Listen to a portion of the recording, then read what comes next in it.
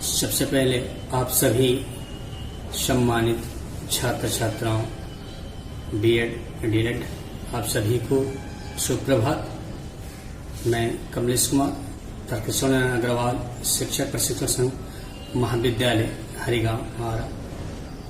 कल मैं अपने YouTube वीडियो के माध्यम से विद्यालय स्तर पे आयोजित आसन के बारे में बताया था, जो बिल्कुल बुनियादी आसन थे, बिल्कुल स्टार्ट वाले आसन थे।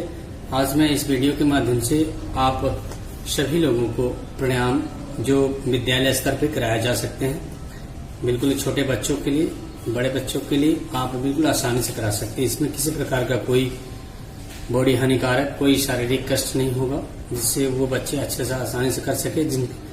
यह प्राणायाम कराने का एक ही उद्देश्य है विद्यालयों में कि जितने भी सब्जेक्ट पढ़ते हैं बच्चे, उनमें हेजिटेशन, तनाव, जितने भी माइंडली डिस्टर्बिंग होते हैं, इससे इस आसनों से हम उनके माइंड को स्थिर कर सकते हैं, एकाग्रता ला सकते हैं, तनाव को दूर कर सकते हैं, तमाम चिंताओं को दूर कर सकते हैं। उसके साथ साथ हम उन्हें किसी प्रकार के जो श्वास से प्रति रोग होते हैं, अस्थमा या खांसी, सर्दियां, पेट से गैस है, तमाम चीजें हैं, मैं इन सभी को इन वीडियो के माध्यम से आपको बताना चाहूंगा कि ये आसन करने से बच्चों के तकलीफें दूर हो सकती हैं।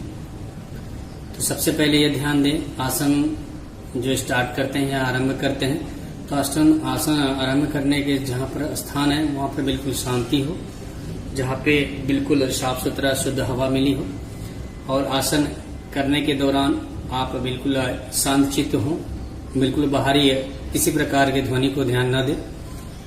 बैठने का स्थान पे आप बिल्कुल एक मैट बिछा लें या कोई शुद्ध कपड़ा बिछा लें, उस पर बैठ जाएं।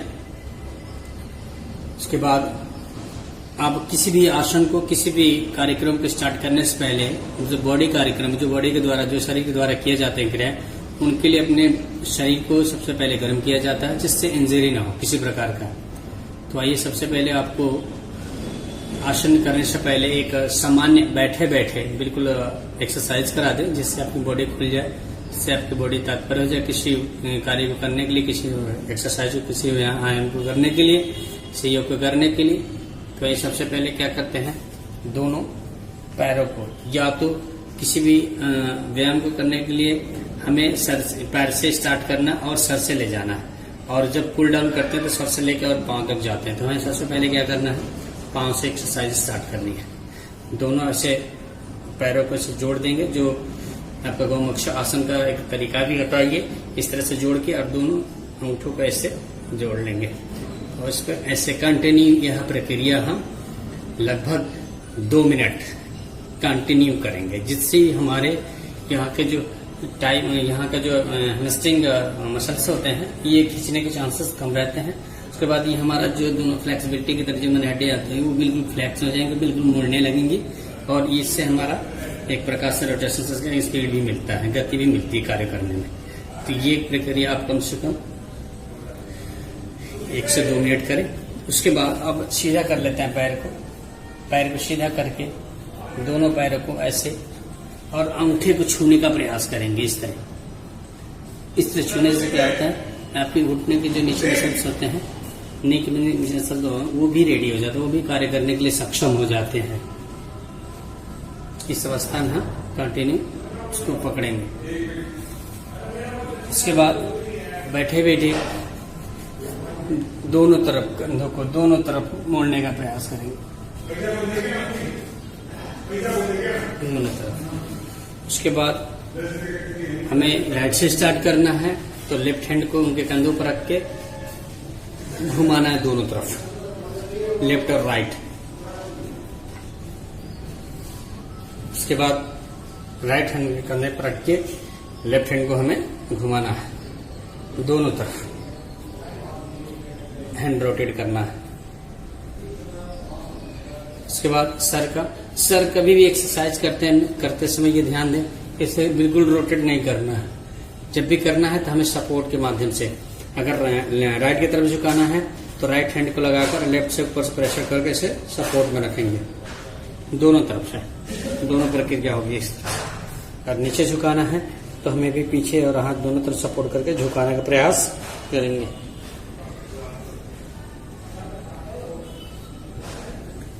और उसके बाद एक लंबी सांस लें,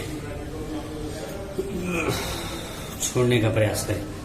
उसके बाद आप बिल्कुल कानों पर ऐसे रख के ऊपर अनुष्ठांगुली को और अपने आप को बिल्कुल ऊपर की तरफ और चेस्ट को बाहर की तरफ निकालने का प्रयास करें, जिससे हमारे जो चेस्ट के जो भी मसल्स होते हैं वो रेडी हो जाते हैं, और इसको ऐसे जोड़ने का प्रयास करेंगे। ये आपका हो गया।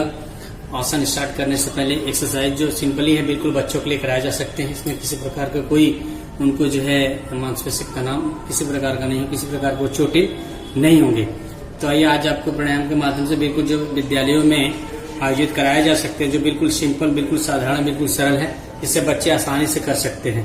तो सबसे पहले हम आपको बताते हैं कि पद्मासन की जो स्थिति है, सबसे पहले ये जान लें कि यह आसन प्राणायाम करने के लिए 3 से 4 प्रकार के हमें तो जो आसन करने का जो एक तरीका है बैठने का वो है।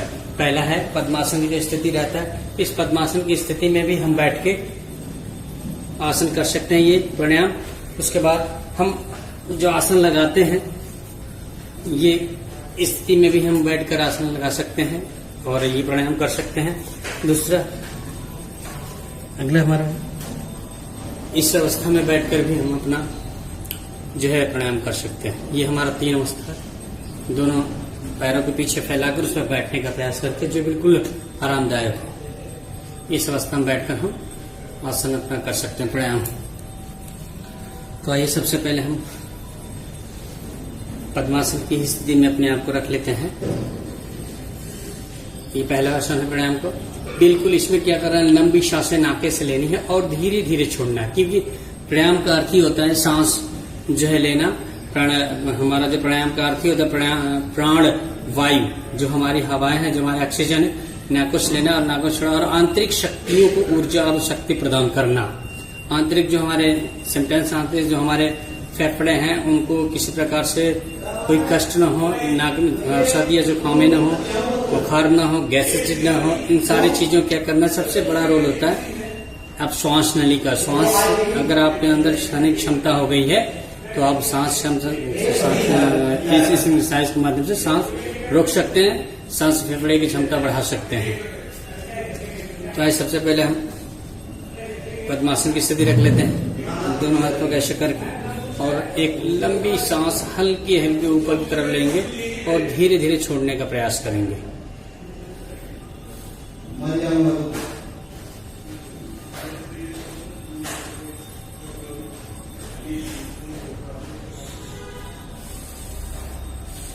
यह अवस्था कम से कम यह क्रिया आप 5 बार करें। एक बार कम से कम 1 से 2 मिनट करें। यह करने से आपको श्वास फेफड़े में ऑक्सीजन रोकने और छोड़ने की क्षमता कंटिन्यू बढ़ोतरी होती है। इससे आपको एकाग्रता बढ़ती है, शांत चित्र होते हैं, आपका हेजिटेशन दूर होते हैं।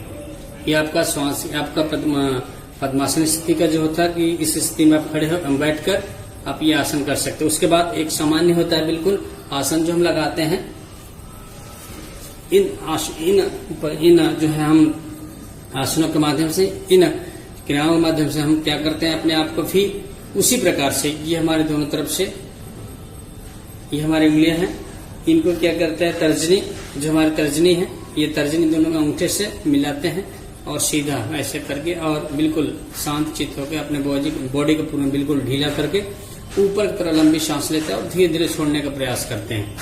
अभी जितने एक्सरसाइज होंगे सभी में हमें सांस लेनी और छोड़नी। आइए स्टार्ट करते हैं।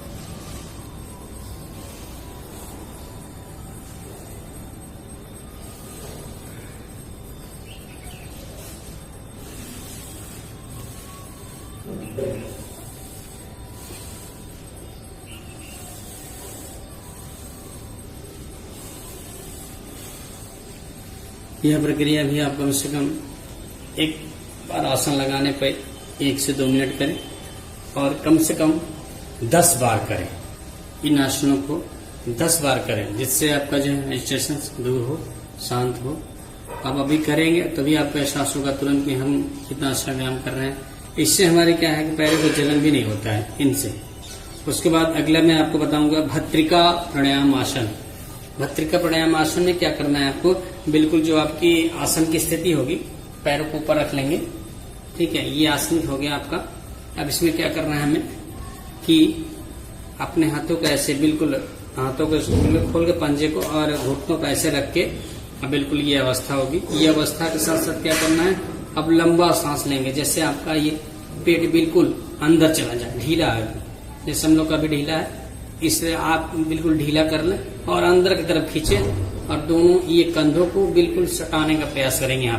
यहाँ पर ऊपर ले जाते हैं तो ये अंदर जाता है। इस प्रकार से आपको इससे ये लाभ होगा कि आपका पेट की चर्बी कम होगी, पेट बाहर नहीं निकलेंगे और ऑक्सीजन बिल्कुल आप पेट के जो गैस्ट्रिक है वो सही हो जाएंगे। आइए स्टार्ट करते हैं।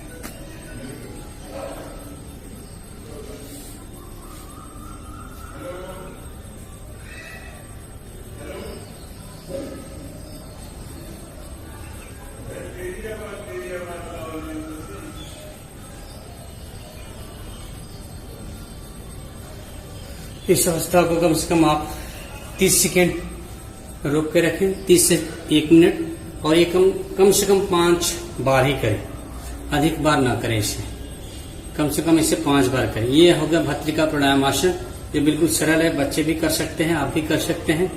उसके बाद अब आ जाइए उज्जयी आसन। उज्जयी आसन में क्या करना है कि ठीक हमारा उसी प्रकार का आसन, जो हमारा भस्त्रिका प्राणायाम आसन था, उसी प्रकार का हमारा ये आसन लगा रहेगा। और इसमें क्या करना है, इस तरह से हम अपने हाथों को रखकर, जिससे आप बिल्कुल सरल स्थिति में बिल्कुल एक जगह ध्यान रखना है और हल्की हल्की सांसों को लेना और छोड़ना है।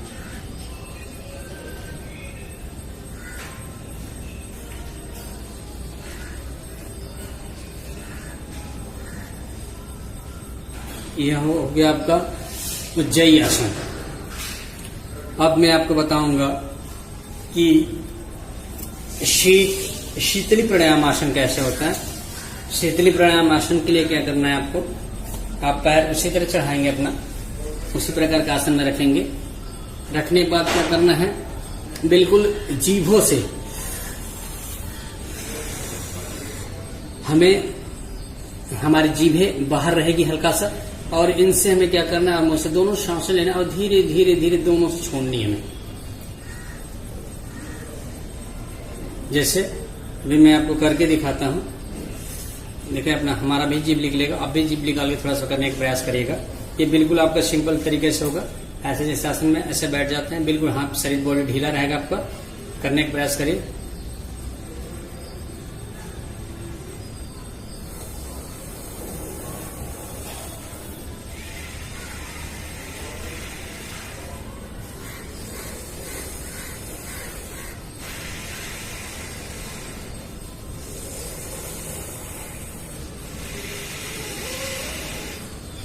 इससे क्या होता है, इस आसन से कि आपके जो चेहरे की चमक है वो बनी रहेगी और जो सांस रोकने और छोड़ने की क्षमता है उससे बढ़ोतरी होगी। इस तरह से आपके जीभ का भी एक्सरसाइज हो जाएगा और आप बिल्कुल शीतलता, आपके अंदर बिल्कुल ठंडापन महसूस होगा। आइए अब करते हैं शीतकारी प्राणायाम, जिससे हमारे शीत जो लगते हैं या हमारे दांतों की शीतलता, हमारे बॉडी में शीतलता कैसे प्रवेश करेगी, वो तो आपने देखा। शीतली प्राणायाम करने का एक तो तरीका था। आप देखते हैं शीतकारी जो हमारा प्राणायाम को, इसमें क्या करते हैं, तीत बिल्कुल दांत को ऐसे खोलने का प्रयास करते हैं और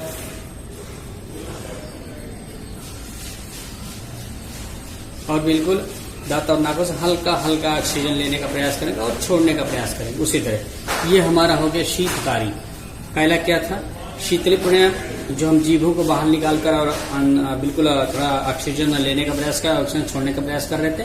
और शीतकारी में क्या है, तीत को बिल्कुल दांतों को सटाकर हम हल्के सांस, इससे क्या होता है, आप इससे चेहरे के मसल्स होते हैं वो बिल्कुल वार्म हो जाते, गर्म हो जाते हैं, किसी प्रकार को वर्क करने के लिए तत्पर हो जाता है और इसमें चोट लगने की जो संभावनाएं होती हैं उसमें मजबूती आती है, इसमें चोट लगने से बचाव किया जा सकता है।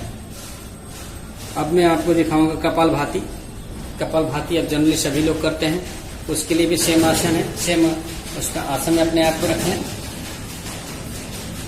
आसन रखने के बाद ये बिल्कुल आप अपनी बॉडी को ढीला कर दें, ऐसा नहीं कि बिल्कुल टाइट, ऐसा नहीं करना, बिल्कुल ढीला करके ये हमारा उसी प्रकार से रहेगा। ठीक, तर्जनी से और अंगूठे से मिलाकर रखना बिल्कुल सीधा।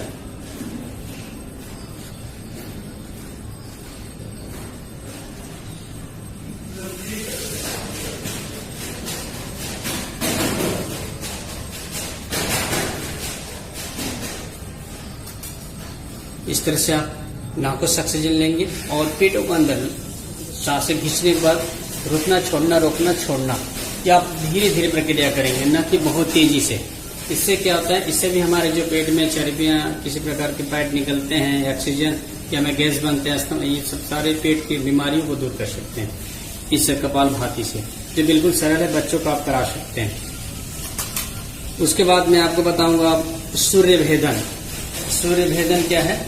सूर्य भेदन के लिए हमारी वही अवस्था रहे कि बिल्कुल सिंपली, बिल्कुल जैसे पद्मासन की स्थिति में बैठते हैं, पद्मासन की स्थिति में बैठ जाएंगे सीधा, और क्या करेंगे, अपनी बिल्कुल जो कनिष्ठ है, बिल्कुल एक कनिष्ठ जो उंगली है आपकी, ये उंगली इस प्रकार से करके और 3 उंगलियों को सामने ऐसे रख के और अंगूठे को इसको सपोर्ट में करके अंगूठे को ऐसे नीचे कर लेंगे। ठीक है, ये ध्यान दे आप। सूर्य भेदन, इसमें हमें क्या करना है कि सबसे पहले आप अपने राइट से या लेफ्ट से दोनों तरफ से क्या करना है, ये कनिष्ठ उंगली से इसको बंद करना है, अंगूठे को यहाँ पे लगाना है, ठुड्डी पे लगाना है और 3 उंगलियों को इसे सामने रखना है, मुंह के सामने। इसमें क्या करना है कि हमें सबसे पहले दाहिने नाक छिद्रा से हमें बिल्कुल सांसें लेनी है और सांसें बाएं से छोड़ने का प्रयास करेंगे। अनुलोम विलोम में क्या होता है कि हम सबसे पहले राइट को बंद करते हैं और लेफ्ट वाले नस से हम ऑक्सीजन लेते हैं, राइट से छोड़ते हैं। लेकिन इसमें क्या है, सूर्य भेदन आसन में क्या है कि हम पहले अपने कनिष्ठ उंगली से इसको बंद करेंगे अंगूठे के सपोर्ट में, और 3 उंगलियां जो बचती है आपकी, ये बिल्कुल चेहरे के सामने ऐसे आएंगे। ठीक है, और इसमें दाहिने नाक से, बिल्कुल दाहिने छिद्र नाक से हमें ऑक्सीजन लेनी है और लेफ्ट से हमें छोड़नी है, क्योंकि हमारा दाहिने जो क्या करता है, दाहिने ऑक्सीजन इसमें गर्म हवा निकलती है, गर्म जाती है, इसलिए हमें गर्म से निकालना है, बिल्कुल ठंडा करना है, ठंडे से निकाल देंगे। जैसे चलिए स्टार्ट करते हैं।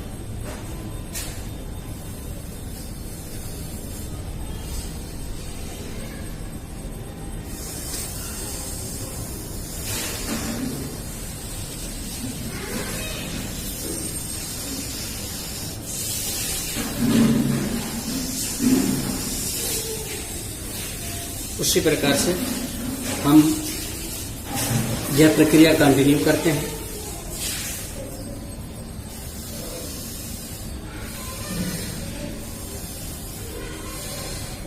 ये हमारा शुद्ध भेदन होगा। इससे हमारे क्या है, आंतरिक क्रियाओं में बढ़ोतरी होती है। सुबह पेट में जितने भी कीड़े होते हैं, इनको हम इन कीड़ों को मारने का प्रयास करते हैं, इनसे हमारे कीड़े मर जाते हैं। उसके बाद पैरों में जिस तलवे में एक गर्माहट होती है, इन गर्माहटों को दूर कर सकते हैं इन आसनों से।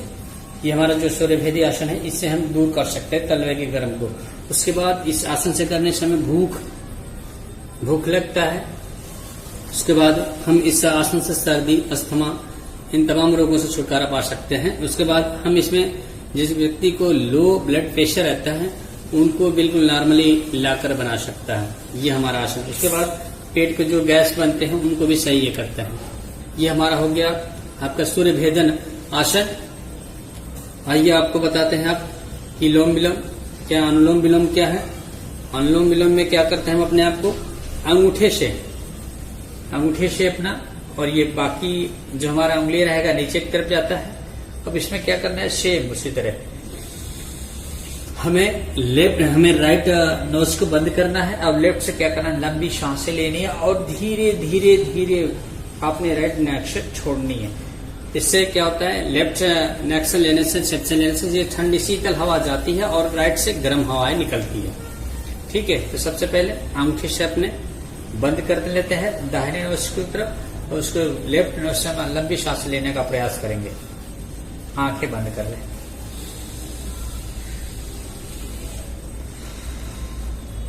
इसको इस तरह भी किया जा सकता है, इस तरह भी किया जा सकता है, इस तरह भी किया जा सकता है, आपको जैसा सुटेबल हो। अगर ऐसा है तो ऐसा कर सकते हैं।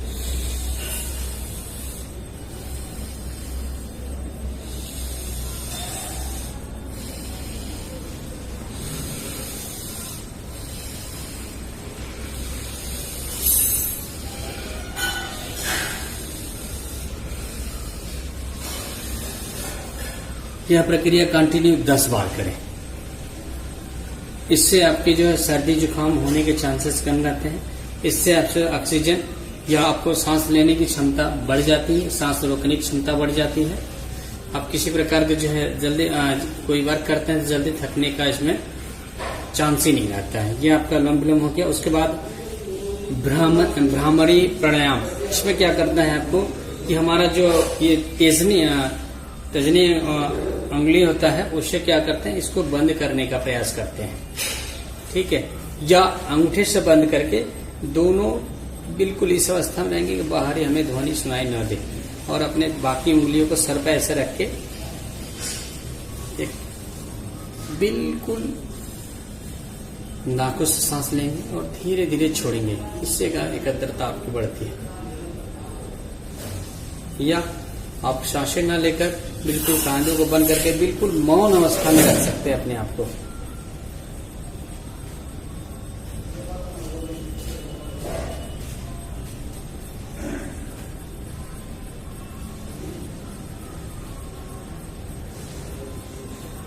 इस आसन को करने से आपको तनाव और बिल्कुल जो किसी प्रकार का जो आपका एकाग्रता भंग होता है, इससे आप एकाग्रता बनाने में प्रयास करेगा। ये आपका हो गया आपका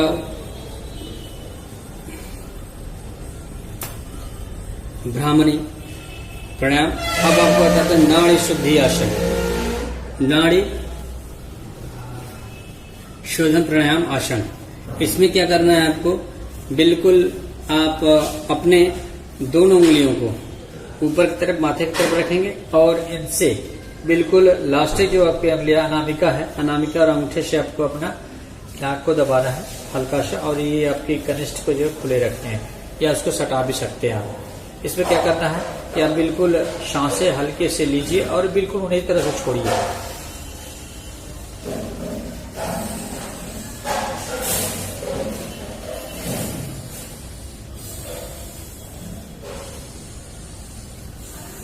ये नाड़ी शुद्धि आसन होता है। इन आसनों के माध्यम से हम अपने ऑक्सीजन को बढ़ा सकते हैं, अपने ऑक्सीजन सांस लेने की क्षमता को बढ़ा सकते हैं, अपनी शक्तियों को बढ़ा सकते हैं। उसके बाद आता है मूर्छा प्राणायाम आसन। इसमें क्या करते हैं, जब किसी व्यक्ति को मूर्छा आ जाता है तो कहते हैं उसको हवा देने का प्रयास करें।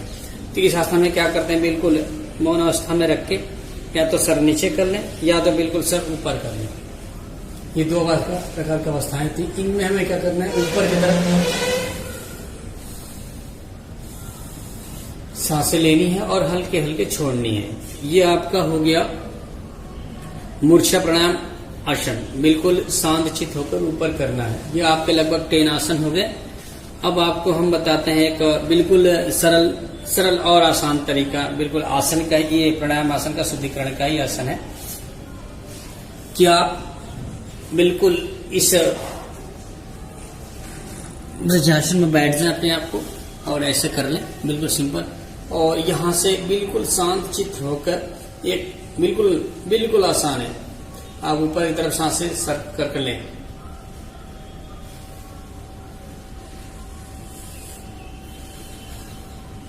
ये हो गया आज का प्राणायाम आसन। बिल्कुल विद्यालयों में कराने के लिए, बच्चों को कराने के लिए, इस आसन को करने के लिए बच्चों को किसी प्रकार कोई परेशानी नहीं होगी और किसी प्रकार की इंजरी नहीं होगी।